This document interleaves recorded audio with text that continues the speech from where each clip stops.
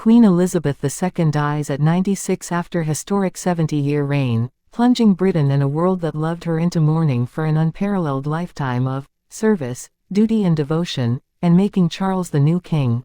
Queen Elizabeth II has died today aged 96. Her son Charles, the former Prince of Wales, is now king. He will address the shocked nation imminently, as the world grieves Britain's longest reigning monarch. All her children had rushed to Balmoral after doctors became concerned for her health. Hours later she died, surrounded by her family. All her children had rushed to Balmoral after doctors became concerned for her health.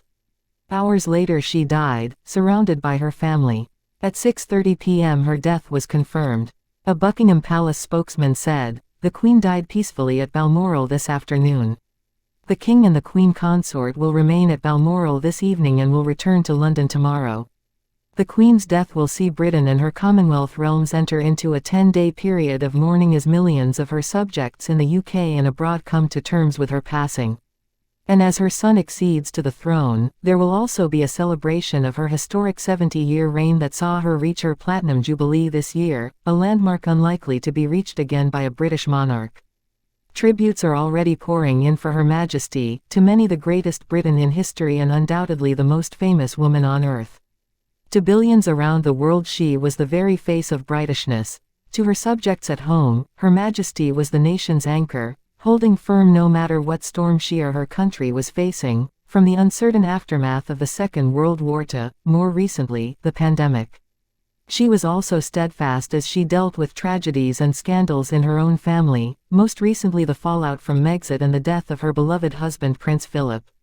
Charles will embark on a tour of the UK before his mother's funeral with his wife Camilla, who the Queen announced would be crowned her eldest son's Queen Consort in an historic statement to mark Her Majesty's Platinum Jubilee and 70 years on the throne on February 6. The Queen's passing came more than a year after that of her beloved husband Philip, her strength and guide, who died aged 99 in April 2021.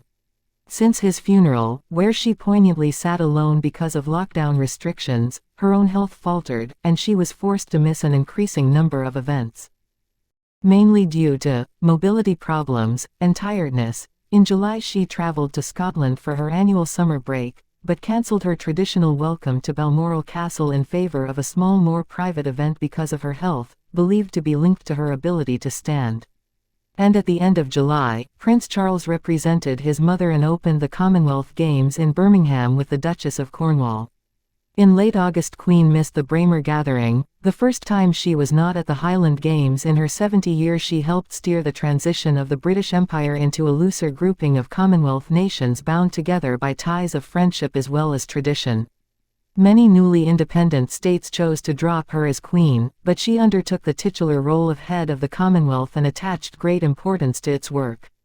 Like the 14 prime ministers who served her at home, dozens of Commonwealth heads of state drew on her great experience for help and advice, gathered over several decades of extensive overseas trips. Prince Philip stepped down from doing public engagements in 2017, but was still by the Queen's side throughout his final years before his death in April 2021. Now the huge job of leading the country has been left to her son Prince Charles, who has an enormous challenge on his hands, and will certainly not be monarch for anywhere near the length of time as his devoted mother.